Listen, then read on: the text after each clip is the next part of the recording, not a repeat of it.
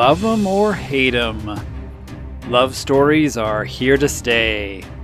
But Kaguya-Sama wa kokuresasetai, or Love is War, as it's known in other countries, is a different kind of love story altogether.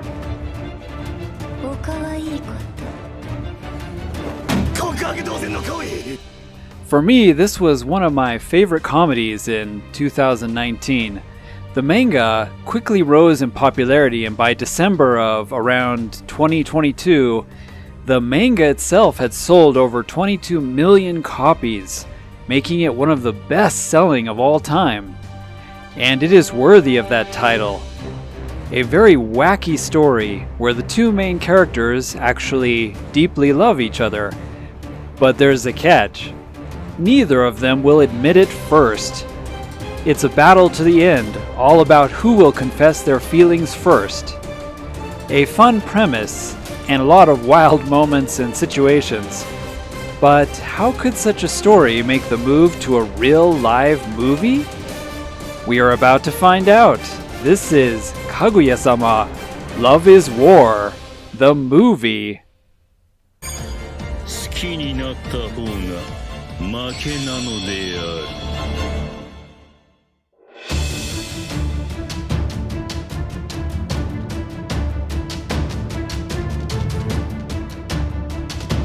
Hey everyone, I want to apologize before we start here. I made a great movie review for you all with some of the best scenes from this movie, but YouTube just wouldn't have it. I even cut the scenes down to less than 5-second clips each, which should be under fair use, but it still was blocked on YouTube. So sadly, I have to give you this version with still screenshots instead. I was able to slip a good scene in at the end, however, so I hope you will enjoy that.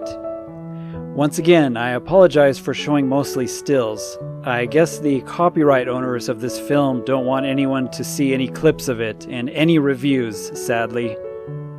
Here we go. In a silly cardboard cutout way, the movie starts out just like the anime does, by explaining about love balance, and whoever confesses their love first is the quote-unquote loser. Did I mention this movie is a comedy? Some of the scenes are pretty over the top, so to really enjoy this film, don't take it too seriously. It is just a love comedy after all. What I really like about this movie is how spot on the character choices are. Kaguya, who is played by Hashimoto Kanna, looks just the part. The secretary, Asakawa Nana, with her purple hair and over-the-top KY personality. The bookkeeper, played by Sanno Hayato, is Ishigami, and he's spot on as well. Now, our main Kaicho, Miyuki, played by Hirano Sho, might look a little off to most people. But I think it's just seeing a Japanese person with gold-colored hair always looks off anyway. But to be honest, that is how he looks in the anime. So even he is just right. The movie moves on to the first battle of wits between Kaguya and Miyuki, and so our story begins. Now, I don't want to dwell too much on the start, as it pretty much is identical to the anime. But I'll mention a few things here for those who haven't watched the anime. Wait, hold on a second. You haven't seen this anime? What's wrong with you? Stop this video and go watch it already!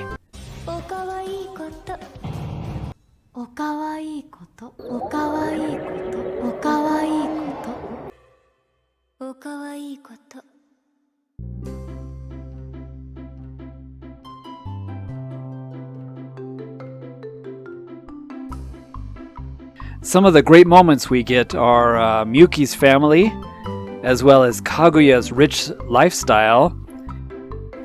And of course we get introduced to her maid, who is another character spot on. Many short situations included, such as the two choosing seats for the movie. Even the Chin-Chin incident is included. And that's all I'm gonna say about that. No, seriously, that's all I'm gonna say about that. Yeah, it's in the movie. Need I say more?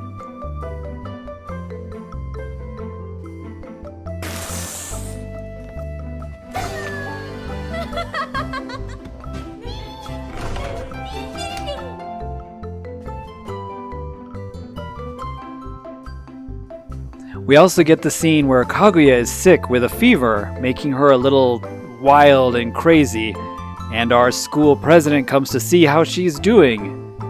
Cue more hilarity.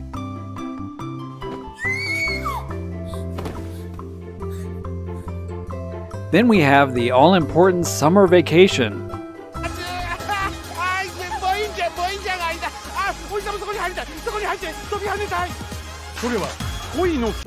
where nothing happens. Except they both refuse to call each other. As summer comes to an end, Kaguya is excited about one last chance to see the fireworks with Miyuki at the summer festival. However, because of her status as a rich daughter of a major corporation, she is not allowed to go. She desperately sends out a message and a plea for help, and the scene where Miyuki picks up on it and goes to rescue Kaguya to see the fireworks is as emotional and romantic as ever.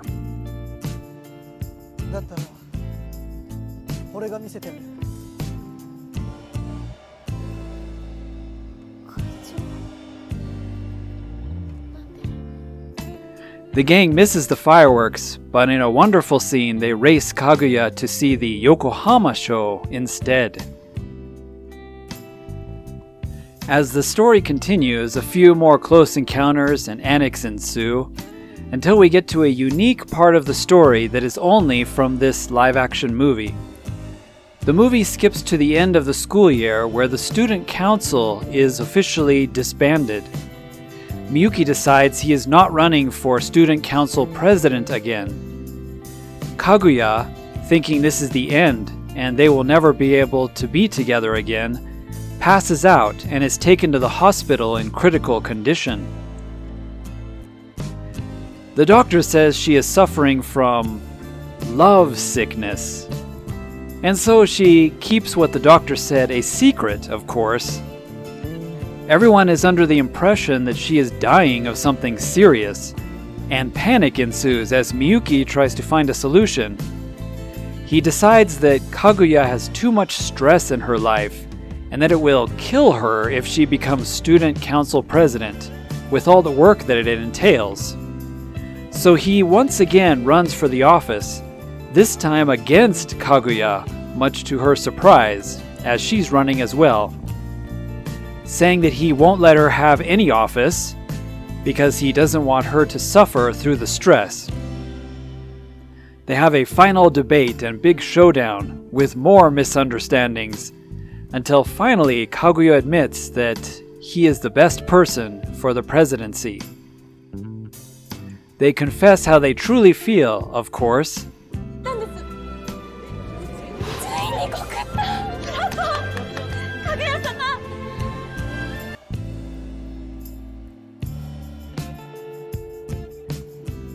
But it all gets masked and messed up once again.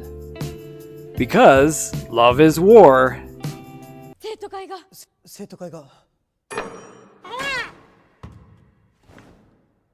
This movie is really wacky and can be silly at times, but that is actually what the anime and manga series are like. So in my opinion, the creators did this movie the right way. They straight up took the source material and just put it on the big screen. It's not all that realistic. This isn't how people would react in real life. But it is faithful to the source material, and I feel that is what counts.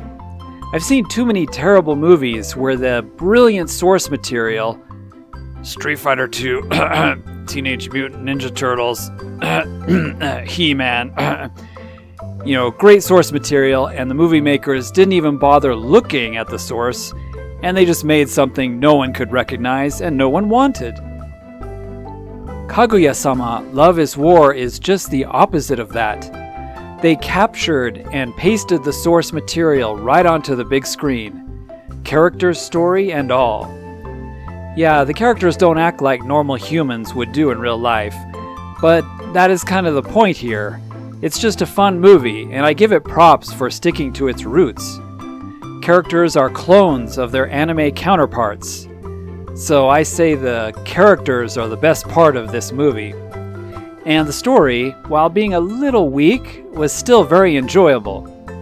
The humor was spread out, but it was there, and I found myself chuckling quite a bit and remembering some of the manga moments. I recommend checking this out if you're a real fan of the manga or anime series, and just seeing Kaguya and Miyuki trying to explain their accidental kiss at the end will have you with a big grin on your face.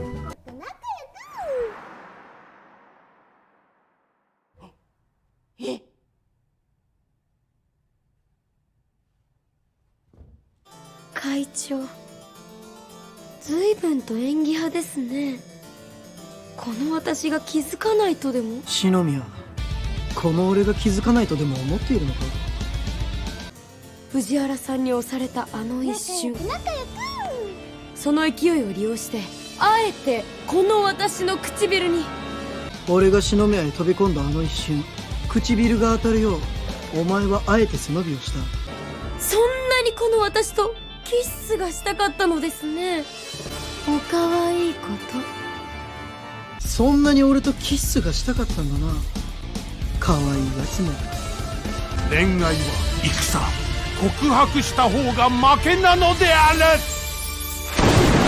Thanks for watching, everyone. This is YSGuru, and see you all next time. おかわいいこと。